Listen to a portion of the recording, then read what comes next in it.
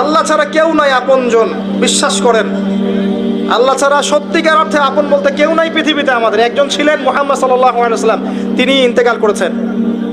মুহাম্মদ সাল্লাল্লাহু আলাইহি ওয়াসাল্লাম এমন মানুষ ছিলেন যে তিনি একটা বাগানে ঢুকেছেন, একটা উট দৌড়ে তার কাছে চলে এসেছে, এসে গায়ের সাথে বুকের সাথে গাটা লাগিয়ে রেখেছে। নবী সাল্লাল্লাহু আলাইহি ওয়াসাল্লাম আদর করছেন, হাদিস স্পষ্ট সহিহ, নবীজি আদর করছেন এবং বলছেন, জানো উটটা আমাকে কি অভিযোগ করলো?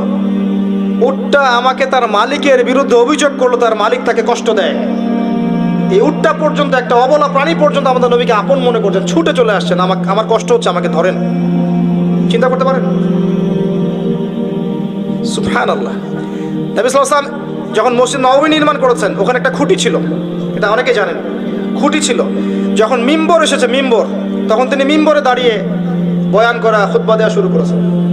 তখন ওই যে খুঁটি, ওই খুঁটিটা থেকে কান্নার টকটক আওয়াজ শোনা যেত। ওই জড়বস্তু পর্যন্ত মুহাম্মদ সাল্লাল্লাহু আলাইহি ওয়াসাল্লামকে আপন মনে করতেন।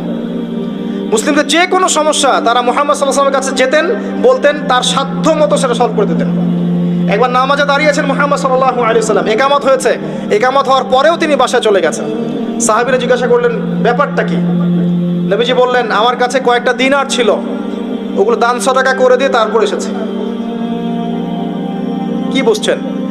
কিছু মানুষ এসেছে, জীর্ণ শীর্ণ, খাবার নাই, কাপড় নাই, নবীজিকে বলছেন, নবীজি সাল্লাল্লাহু আলাইহি ওয়াসাল্লাম, আমরা এই সমস্যায় আছি।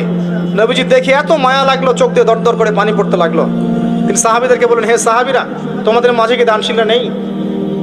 নিয়ে আসো, তোমাদের কাছে যা আছে নিয়ে আসো। সবাই কিছু কিছু করে আনা শুরু করলো। আস্তে আস্তে আস্তে আস্তে স্তূপ হয়ে গেল সম্পদের। এটা দেখে নবী সাল্লাল্লাহু আলাইহি ওয়াসাল্লাম হেসে ফেললেন। এটাই তো সেই হাদিস যে কেউ ভালো বেদা চালু করলে এটার হাসানা পাবে, এটাই সেই হাদিসটা।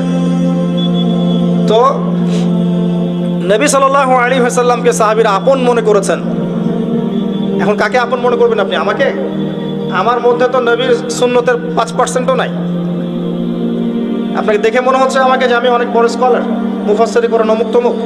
আমি নিজেই তো বুঝতে পারছি যে আমার ভিতরে নবী সাল্লাল্লাহু আলাইহি ওয়াসাল্লামের সুন্নাতের 10%ও নাই। কে আপনাকে নসিহত করবে? কে আপনাকে তাজকিয়া করবে?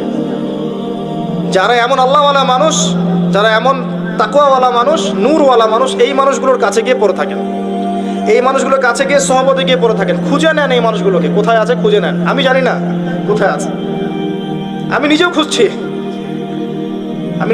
আর আমাদের খোঁজার দৃষ্টিভঙ্গিটা খুব সূক্ষ্ম।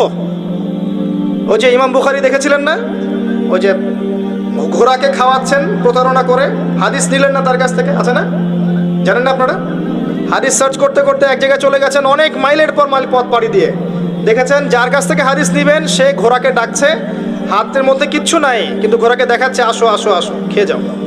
এই যে প্রতারণা করেছে ঘোড়ার সাথে, আর হাদিস নিলেন না। তা আমরা এরকম চোখ দিয়ে খুঁজছি আর কি, আল্লাহ যেন মিলিয়ে দেয়।